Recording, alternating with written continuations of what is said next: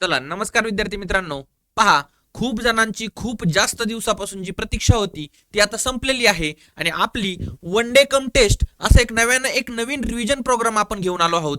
पेपरला अगदी थोडा वेळ राहिलेला आहे. मग तुम्हाला जास्त वेळ पण मला घ्यायचा नाहीये. फक्त आणि फक्त 7 ते 7.5 तासामध्ये 75 प्रश्न. काय आहे हा कन्सेप्ट? मग आता सांगतो तुम्हाला. आपल्याला घ्यायची होती वन डे, बरोबर. रिव्हिजन तर करायची होती. आपल्या सगळ्या बॅचेस एकदम चांगल्या प्रकारे तुम्ही केल्यात किंवा समजल्यात तुम्हाला. मग आता तुम्हाला फायनली शेवटच्या टप्प्यामध्ये रिव्हिजन करायची आहे. मग रिव्हिजनसाठी असं काहीतरी पाहिजे होतं की कमी वेळात आणि काहीतरी इफेक्टिव्ह झालं पाहिजे. बट वन डे करताना मला एक प्रश्न जाणवला की वन डे मध्ये आपण काय शिकवणार आहे, म्हणजे 6-7 तासामध्ये संपूर्ण फिजिक्स केमिस्ट्री बायोलॉजी कव्हर होईल का?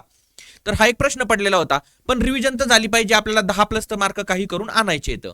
मग मी एक त्याच्यावरती विचार केला आणि एक गोष्ट केली. काय केली? हे जे आपलं नाव आहे वन डे कम टेस्ट, याच्या मागं काय आहे तर आपण सायन्सचे वन डे तर घ्यायची होती आपल्याला. मग सायन्सचे आपण काय केलं, अशा प्रकारे 5 टेस्ट बनवल्या. टेस्ट कशा आहेत मग त्या 5 म्हणजे एका याच्यामध्ये 15 प्रश्न, असे टोटल 5 टेस्ट म्हणजे झाले 75 प्रश्न, बरोबर.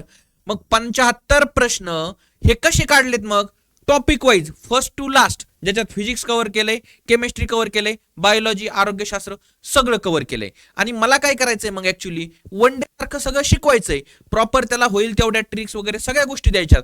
पण मग मला तो प्रश्न पाहिजे त्यावेळेस मला ते त्या प्रकारे करता येईल. आणि हे जे प्रश्न काढलेत, हा जो प्रश्न काढलाय त्या प्रश्नाचं विश्लेषण जर घ्यायचं असेल तर ते कसं घेतलं पाहिजे, हे सगळ्या गोष्टीचा विचार करून आपण हे तयार केलेलं आहे. मग काय काय आपला प्रोग्राम राहील ह्याच्यामध्ये? एक तर पहिली गोष्ट, तुम्हाला 5 टेस्ट मिळतील ज्याच्या पीडीएफ तुम्हाला डाउनलोड करता येतील आणि त्याच्या प्रिंट काढता येतील. ह्या टाइप्स मध्ये तुम्ही त्या काढू शकता. याचं विश्लेषण पीडीएफ सुद्धा बनवलेली आपण, म्हणजे तुम्हाला ऐन वेळेस सगळं लिहून घ्यायला नको म्हणून हा विश्लेषण पीडीएफ सुद्धा बनवलेली आहे. म्हणजे जर हा प्रश्न असेल सुरुवातीचा, पहा की व्हेल माशा खालीलपैकी कोणत्या उपघटकामध्ये येतो, तर प्रोटोथेरिया, युथेरिया, मेटाथेरिया किंवा ऑस्टिकथाईस. मग त्याची विश्लेषण तुम्हाला 4ही पर्याय, युथेरिया काय आहे, प्रोटोथेरिया काय आहे, मेटाथेरिया काय आहे, ऑस्टिकथाईस काय, हे सगळं डिटेलमध्ये विश्लेषणाची सुद्धा पीडीएफ तुम्हाला मिळणार आहे. ती तुम्ही डाउनलोड करू शकता. दुसरी महत्वाची गोष्ट, मग ते कसं असणार आहे? तुम्ही म्हणताल की त्याच्यामध्ये कसा शॉर्टकट मारायचा आहे. मला असं वाटतं ह्या 75 क्वेश्चनच्या मार्फत मी सगळा सिलेबस कव्हर करतोय आणि आपल्या येणाऱ्या परीक्षेला ऍटलीस्ट आपल्याला 10+ आणायचे. तर हे 75 प्रश्न जर तुम्ही व्यवस्थित केले, 100% तुम्हाला 10+ येऊ शकतात. मग ते कसे येऊ शकतात? समजा एक उदाहरण घेऊ. एक पहिला प्रश्न पाहू टेस्ट नंबर 1चा, की व्हेल माशाचा समावेश खालीलपैकी कोणत्या उपघटकात येतो?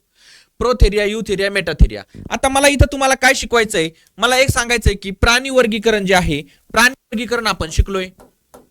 त्याच्यामध्ये 2 टाइप्स पाहिलेत आपण, इनव्हर्टिब्रेट्स आणि व्हर्टिब्रेट्स, म्हणजे असमपृष्ठ रज्जू आणि समपृष्ठ रज्जू, बरोबर. मग त्याचे 9 संघ माहिती झालेले आहेत, ते काय नव्याने सांगणार नाही. आपल्या ट्रिक्स सगळं तोंडपाठ झाले, युट्यूबला आपला लेक्चर सुद्धा आहे. आणि याचे 5 संघ माहिती येतं. याच्यामध्ये जो पायसेस आहे म्हणजे मासे येतात त्याच्यामध्ये. दुसरा आपण पाहिला होता की सरपटणारे, उभयचर, त्याच्यानंतर सरपटणारे, आणि 4 नंबरचा कुठला मग सस्तनी प्राणी, आणि 5 नंबरचा पक्षी. एवढंच. हे असे प्रकार येतं कशाचे? प्राणी वर्गीकरणाचे. प्रश्न काय विचारलाय? व्हेल माशाचा समावेश कशात होतो? आता आपण आयुष्यभर व्हेल हा मासा म्हटल्यावरती आपण लगेच ह्या गटात जातो, आणि ह्या गटाचे 2 टाइप्स येतात, एक ऑस्टिकथाईस, एक कॉन्टिकथाईस. त्याची सुद्धा ट्रिक्स माहिती आहे तुम्हाला. ऑस्टिकथाईस म्हणजे सगळेच्या सगळे खाणारे मासे, रोहू, कटला, बांगडा वगैरे वगैरे. आणि जे कॉन्टिकथाईस हे मी सांगितलं होतं तुम्हाला, कॉन्ट्री करून कधी मासे खाता येत नाहीत. हे कसं लक्षात ठेवायचं होतं? कॉन्ट्रीमध्ये काय असतं, तू 100 रुपये दे, मी 100 रुपये दे, आणि एखाद्याला काय होतं, जास्त मासे खाता येतात, एखाद्याला खाता येत नाहीत.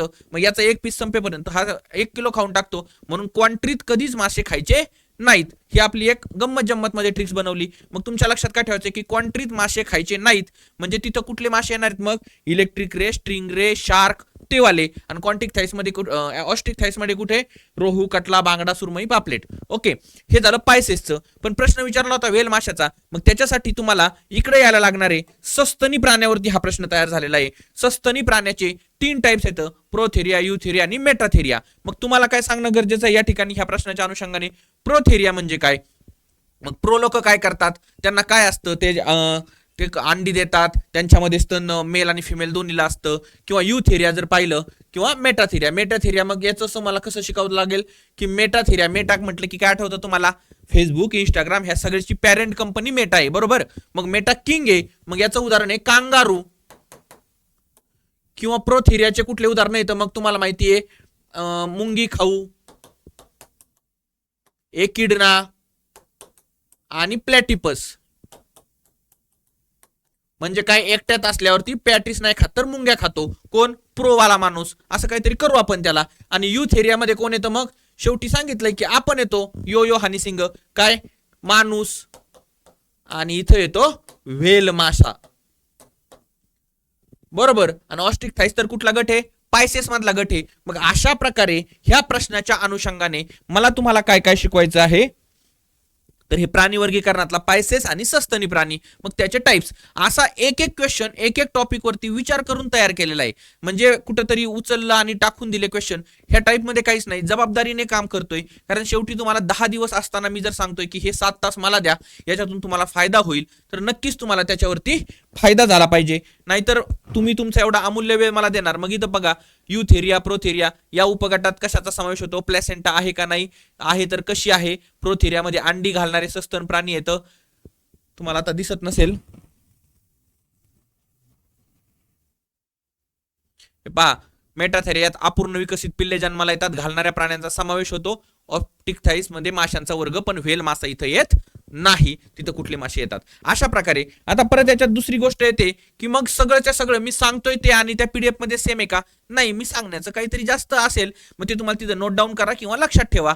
ऍट द टाइम तुम्ही लगेच कम्पेअर नका करू की हे इकडे सांगितलं हे इकडे नाही सांगितलं, ह्या काही गोष्टी तुम्हाला सांभाळून घ्याव्या लागतील. दुसरी महत्वाची गोष्ट, मग आता ही जी घेतलेली बॅच आहे याच्यामध्ये लगेच तुम्हाला दुसरे प्रश्न पडतील की आता याची फीज किती, तर फीज आपण अगदी शुल्लक फक्त 149 रुपये ठेवतोय, ज्याची व्हॅलिडिटी तुम्हाला म्हणजे अनलिमिटेड व्ह्यू आहेत बघण्यासाठी, तुम्हाला काही प्रॉब्लेम नाही. आणि हे पुढचे 2-3 महिने तुम्ही 3 महिन्यापर्यंत 6 महिन्यापर्यंत पाहू शकता, हे तुम्हाला येणाऱ्या सगळ्या परीक्षेसाठी उपयोगी पडणार आहे.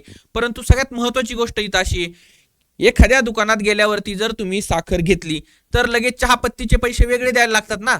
म्हणजे एक प्रॉडक्ट घेतला त्याचे पैसे दिले, तसं लगेच सर आम्ही ही बॅच घेतली मग आम्हाला ही फ्री देता का, सर आम्ही ही घेतली मग आम्हाला ही फ्री करता का, असं काहीही कृपया कोणी मेसेज करू नका. कारण आहे किती, फक्त 15 प्रश्न एका प्रश्नपत्रिकेत, 75 प्रश्न 5 प्रश्नपत्रिका, त्याच्यात तुम्हाला टेस्टचे पण पेपर मिळत आहेत, विश्लेषणाच्या पण पीडीएफ मिळत आहेत, आणि वरून त्याचं एक्सप्लेनेशन व्हिडिओ सुद्धा मिळत आहेत, ज्याचं एकाची 1.5 तासाचा अंदाजे असेल. आणि तुम्हाला हे 25 तारखेपर्यंत बॅच कंप्लीट झालेली असेल, म्हणजे टेस्ट आणि विश्लेषण ह्या पीडीएफ कंप्लीट येतं, त्या अपलोड पण केलेल्या आहेत, जे व्हिडिओ येतं ते आज रात्री आणि उद्या म्हणजे कंप्लीट होऊन जाईल, म्हणजे तुम्हाला प्रॉपर बघता येईल.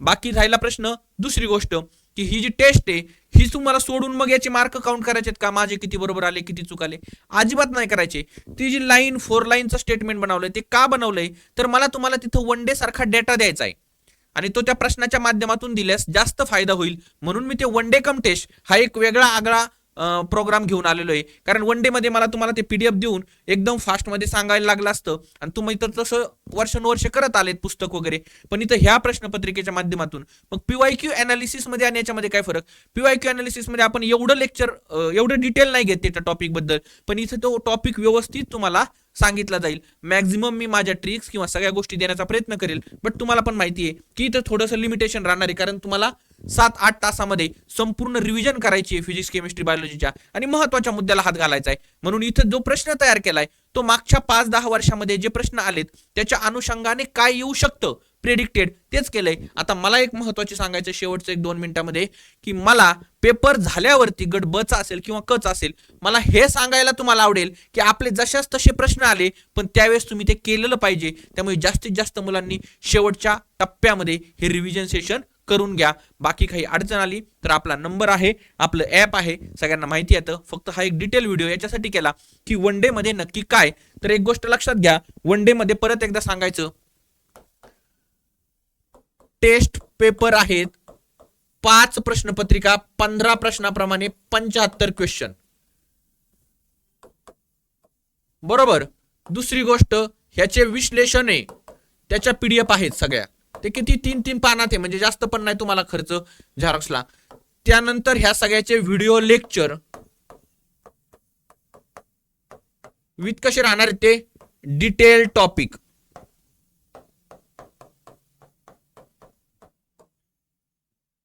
बरोबर. आता राहिला प्रश्न, अजून एक मुलांचा प्रश्न आहे, सर मी ही बॅच केली आहे, मग ही करू का नको, याची गरज आहे का नाही. आता ज्याची त्याची गरज, ज्याने त्याने कशी ओळखायची. जर तुमचं तिकडे एकदम क्लिअर झालंय, तुम्हाला वाटतं की आता मला रिव्हिजनची गरज नाही, तर ही नाही घेतली तरी चालेल. मी म्हणणार नाही की घ्यायलाच लागेल. बट तुम्हाला वाटत असेल की तिकडं केलंय मी, व्यवस्थित झालंय, पण शेवटच्या टप्प्यामध्ये मला 7 तास वेळ आहे की जो मी देऊ शकतो ह्या बॅचला, तुम्ही ते पाहू शकता. तुमचं झालेलं रिवाईज होईल आणि ह्या संपूर्ण बॅच मधून एक जरी मार्क वाढला तरी सगळ्यात महत्वाची गोष्ट आहे की तो एक मार्क, तुम्हाला माहिती आहे एवढी मोठी जाहिरात आहे, कॉम्पिटिशन एवढी तगडी आहे, तुमचे पॉईंट 25 नी गेलेले माझ्या समोर, माझ्या आजूबाजूला खूप सारे मुलं येतं, तुमच्या सुद्धा आजूबाजूला खूप सारे मुलं असतील. त्याच्यामुळे ह्या संपूर्ण 7 तासातून तुमचा एक क्लिक पॉईंट झाला आणि एक जरी मार्क वाढला तरी मोर दॅन सफिशियंट आहे की जे तुम्हाला फक्त 149 मध्ये मिळते आणि 7 तासामध्ये मिळते. त्याच्यामुळे ह्या सगळ्या गोष्टी तुम्हाला याच्यामध्ये बॅचमध्ये मिळत आहेत. आता सगळं डन आहे. उद्या संध्याकाळपर्यंत राहिलेले व्हिडिओ सगळे अपलोड होतील. सगळ्यात महत्वाची गोष्ट आहे, कृपया कुपन किंवा कुठल्याही डिस्काउंट, सर मी मागची बॅच घेतली याच्यासाठी कृपया मेसेज करू नका. कारण काय होईल की ह्या कंटेंट मधून तुम्हाला जो हे करायचा आहे तो आजचा 1 दिवस 2 दिवस हे तुम्ही झेरॉक्स काढा आणि लगेच सुरू करा. नाहीतर त्याच्यामध्येच आज घेऊ की उद्या घेऊ, परवा घेऊ, कसं करू, मग डिस्काउंट आहे का, असं काहीही तुम्ही डोक्यात घेऊ नका. आणि जास्तीत जास्त विद्यार्थ्यांनी काय करा, लगेच सुरू करा. वन डे कम टेस्ट आपला एक्झाम ओरिएंटेड हा प्रोग्राम आहे. याला सुद्धा आपल्याला अशा प्रकारे रिझल्ट घ्यायचा आहे की मी तुम्हाला सांगितलं परत एकदा तेच की एक्झाम झाल्यावर मी याच्यातून दाखवणार आहे की माझ्या तोंडातून पडलेले वाक्य, दाखवलेला प्रश्न जसाच्या तसा आयोगाला कसा आला हे मी नक्की 100% दाखवणार आहे. कारण त्याच्यासाठी घेतलेली तेवढी मेहनत आहे. मात्र तुम्ही तेवढं ते केलेलं पाहिजे. नाहीतर एक्झामच्या दिवशी संध्याकाळी तुम्हाला रिग्रेट व्हायला नको की हे मी केलं पाहिजे होतं, माझा हा प्रश्न बरोबर आला असता.